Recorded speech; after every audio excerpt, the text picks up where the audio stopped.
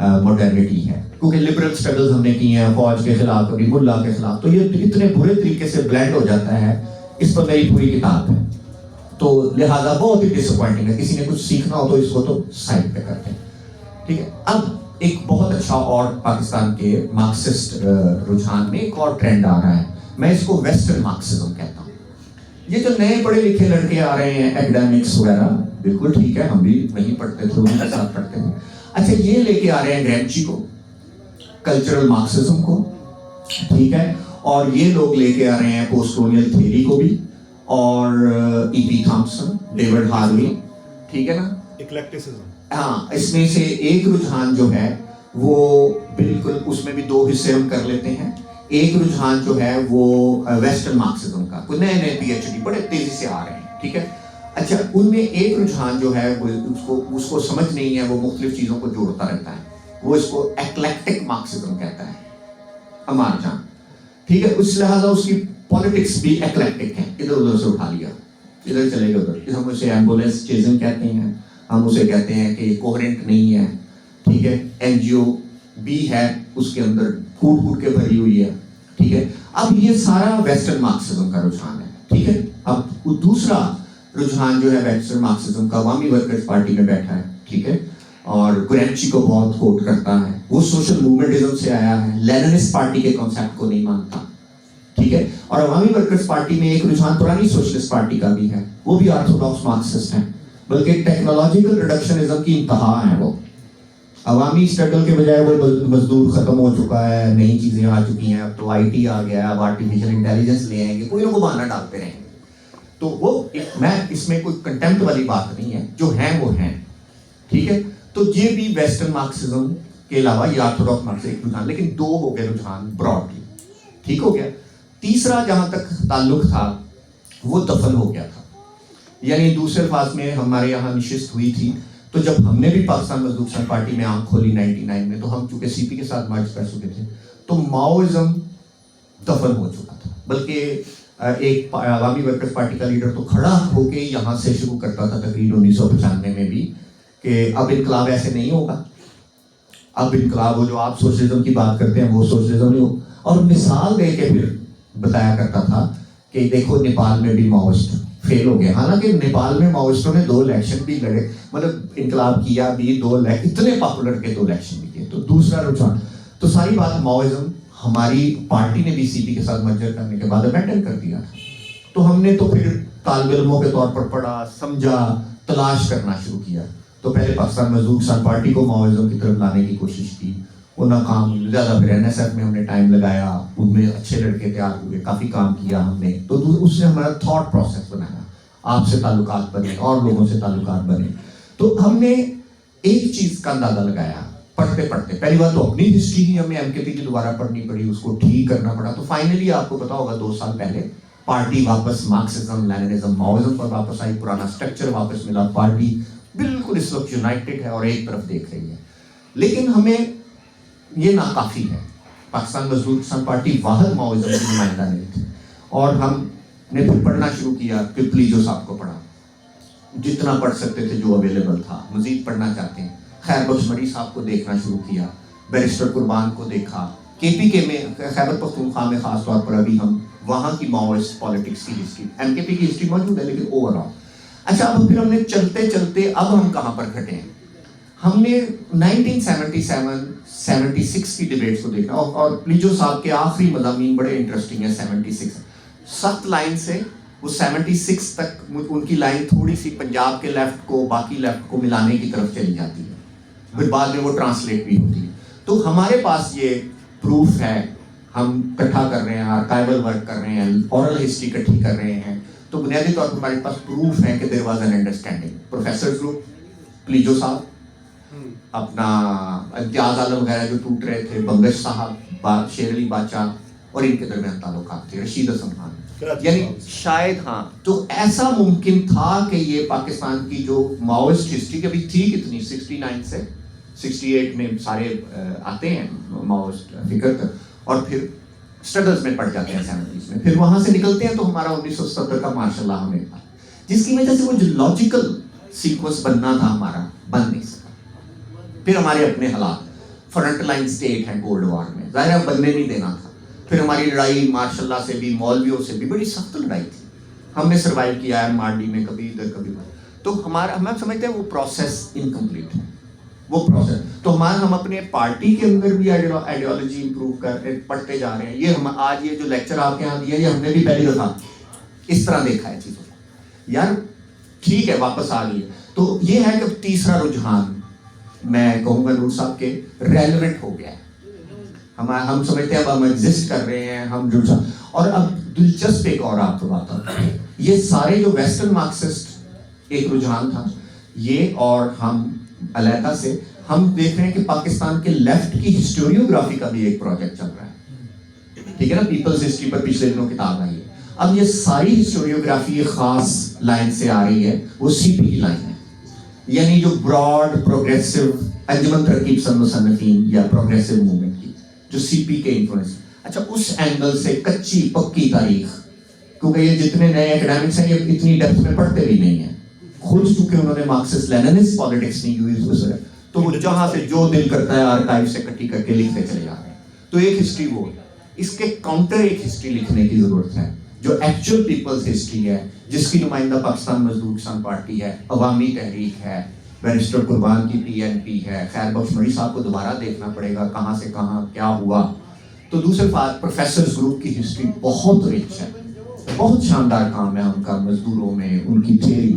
پچھلے دنوں میں نے عزیز الحق کا, تو ایک یہ پوری تدو میں ہم لگے ہوئے ہیں. تو خود ابھی سیکھ رہے ہیں, خود سمجھ رہے ہیں, خود بلڈ کر رہے ہیں, اور ساتھ ساتھ کوشش ہے آپ سے بھی شیئر کیا جائے.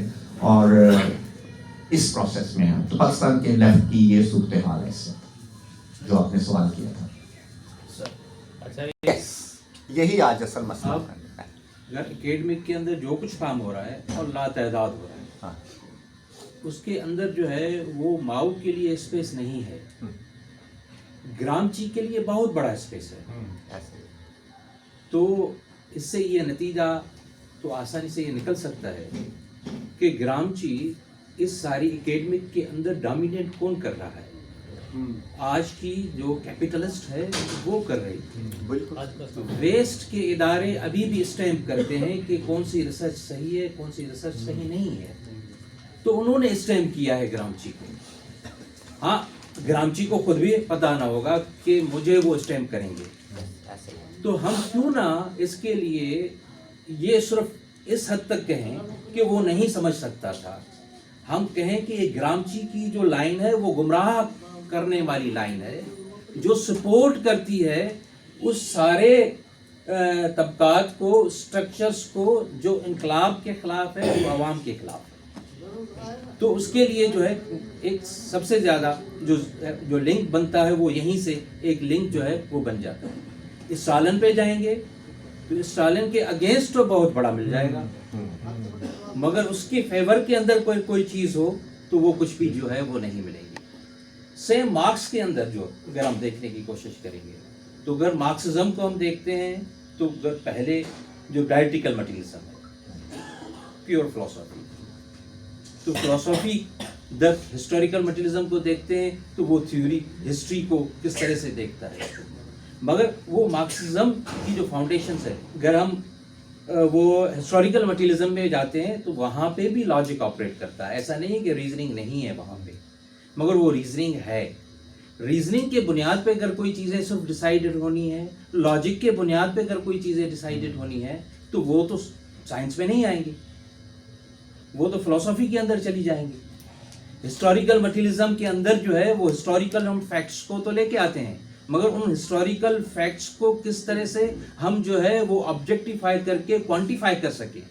کیونکہ یہ سب سے بڑا جو اکیڈمیا کے اندر جو ڈیبیٹ تھا اس سارے پیریڈ کے اندر, جو سائنس کا ڈیبیٹ شروع ہوا تھا, جو ڈیکارٹ سے شروع ہوا تھا, وہ یہ میتھڈ کا تھا. اس میتھڈ کے اندر یہ تھا کہ آپ اپنے لاجک کو کس طرح سے لنک کرتے ہیں میتھمیٹکس سے, اور وہ بڑی خوبصورتی کے ساتھ کارل مارکس نے کیا. ایسا ہی ہے, وہ پولیٹیکل اکانومی کے اندر کیا, اور اس کا سب سے زندگی کا جو سب سے بڑا پروجیکٹ ہے وہ تو کیپیٹال ہے, سب سے بڑا. جس طرح سے کلیجو صاحب کے لیے جو کہا جاتے ہیں کہ فلاں چیز زبردست اچھی ہے, فلاں چیز زبردستی ہے اچھی ہے, مگر پارٹی جو ہے اس کی اچھی نہیں ہے, اگر اس کا انالائسس کیا جائے تو اس کی زندگی کا سب سے بڑا جو پروجیکٹ تھا وہ ایک پارٹی کو بلٹ اپ کرنا تھا، وہ اس کی سب سے بڑی، اور لاسٹ تک وہ وہاں تک رہا.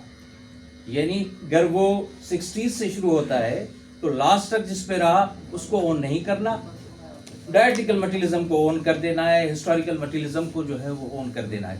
تو اب یہاں پہ ایک دوسرا جو اٹیک ہے، میں سمجھتا ہوں کہ اس کو آپ کس طرح سے دیکھتے ہیں. یہ جو اٹیک ہوتا ہے کہ بھائی معاشات کو زیادہ چھیڑ چھاڑ نہ کریں. اب جو ہے وہ فلسفی کو دیکھیں، اس کی ہسٹری کو دیکھیں.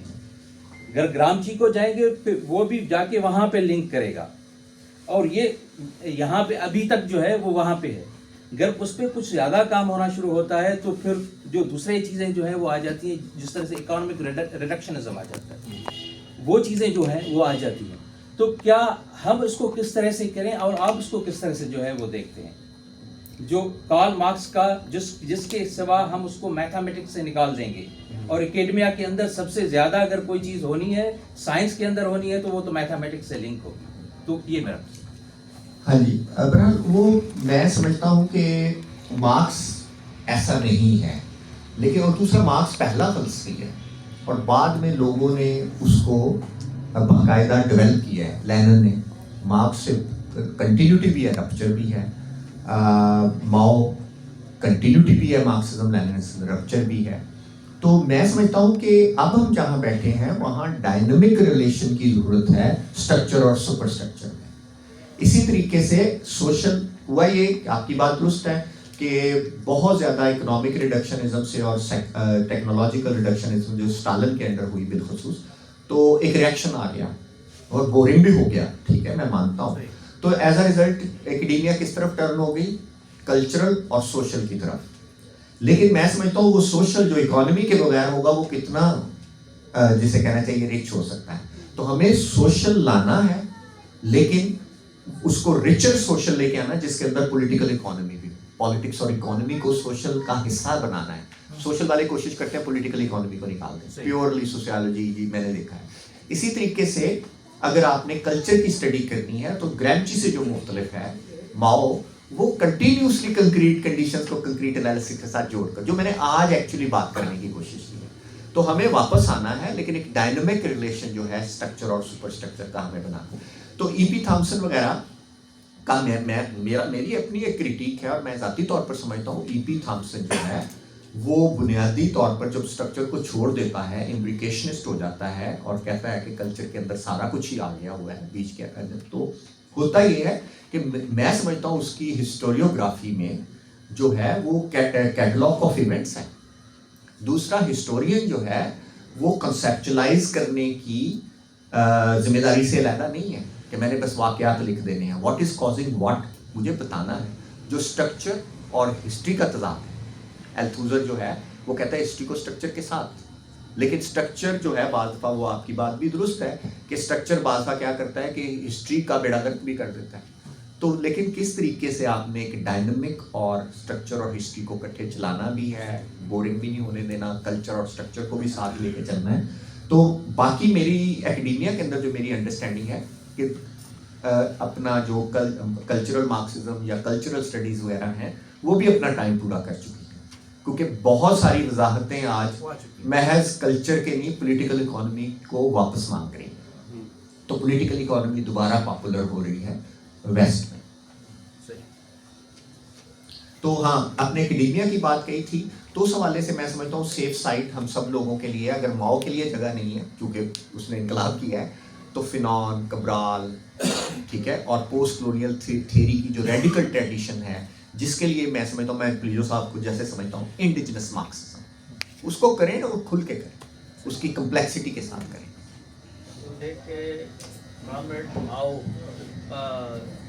جنہوں نے کمیونسٹ پارٹی آف کامریڈ آپ بھی ایڈ کرتے جائیے گا جو ہوگا. جنہوں نے کمیونسٹ پارٹی آف چائنا کی بنیاد رکھی اور انہوں نے جو اپنے نظریات دیے، انہوں نے 1949 میں انقلاب برپا کر دیا اور چائنا کی فاؤنڈیشن رکھی. اور اس کے بعد کامریڈ ماؤ نے کہ خاص طور پر اس کا جو کلچرل ریولوشن تھا،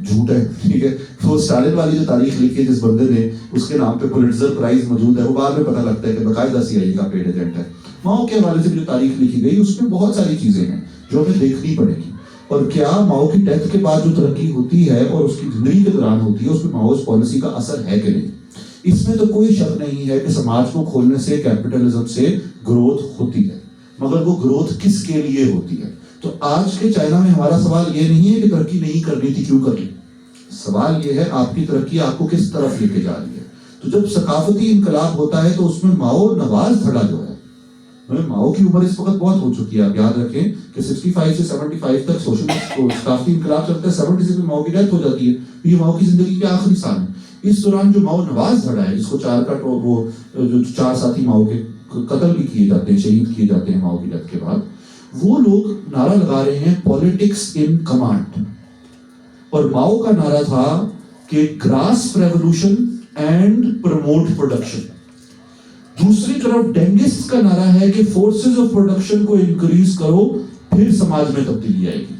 ان میں ڈائلیکٹیکل فرق سمجھنے, ماؤ کہیں یہ نہیں کہہ رہے ٹیکنالوجی کو امپروو نہ کرو, وہ کہہ رہے ٹیکنالوجی کی امپروومنٹ آپ کی سیاسی جدوجہد کے تابع ہونی ضروری ہے. صرف ٹیکنالوجی بڑھانے سے آپ ایک انقلابی معاشرہ نہیں بنا سکتے. اب آج کی ڈیبیٹ یہ ہے کہ کیا اس کی وجہ سے فرق پڑا اور آج کا چائنا کہاں کھڑا ہے, اس پہ کامریڈ بات کریں گے. تو سوشلزم اور ثقافتی انقلاب کے فیلئر کی بات کو ہم صرف یوں سمجھیں کہ ثقافتی انقلاب کیا فیل ہوا.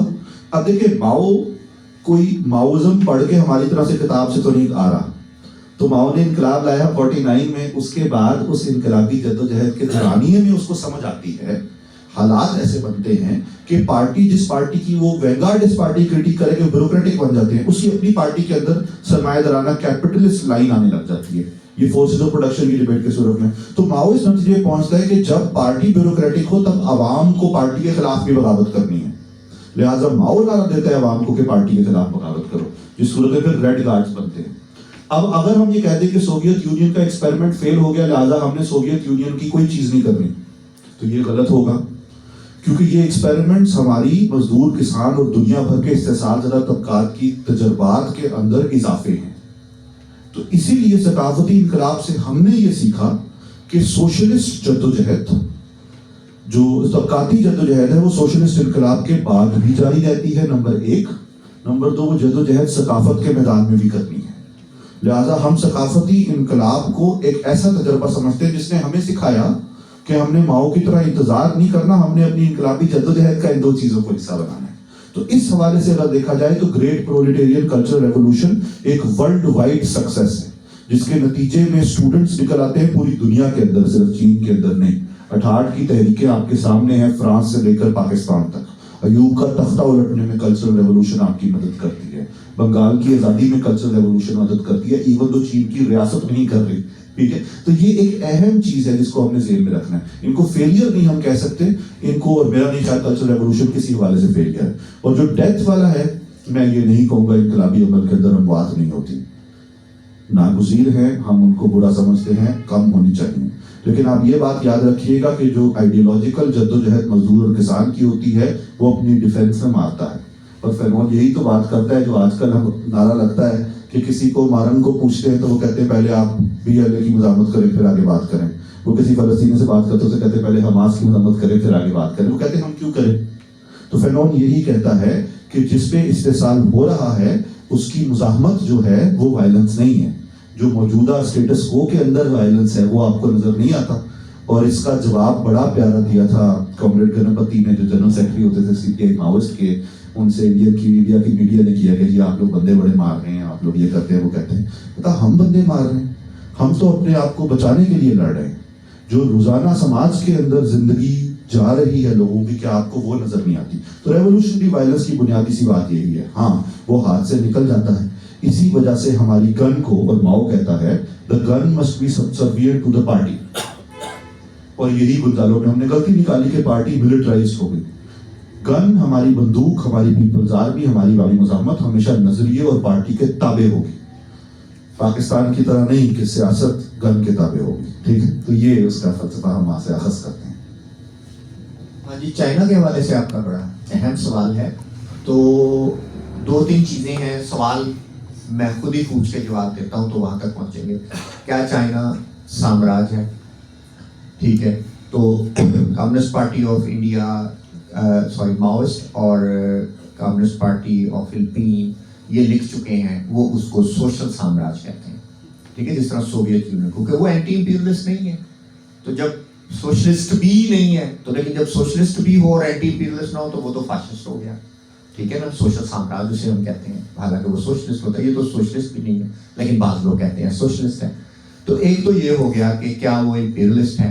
تو میرا خیال ہے کہ اگر امپیریلزم کی باقی چیزیں دیکھیں, ملٹرائزیشن بیسز اس کے ہوں پوری دنیا کے اندر یہ ہو, تو وہ تو نظر اس طرح نہیں آتا. دوسرا, کلونیلزم کی ہمیں کالونائزیشن کی ہسٹری بھی نظر نہیں آتی چائنا کی.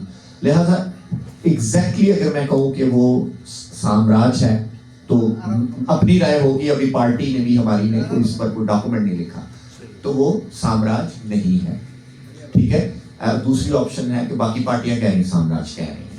ٹھیک ہے, اچھا اگر نہیں ہے تو پھر بھی کیا چائنا کو پھر میں کیسے ایکسپینشنسٹ ہے؟ ظاہر ہے وہ تھر کول پاور پہ بھی اور گوادر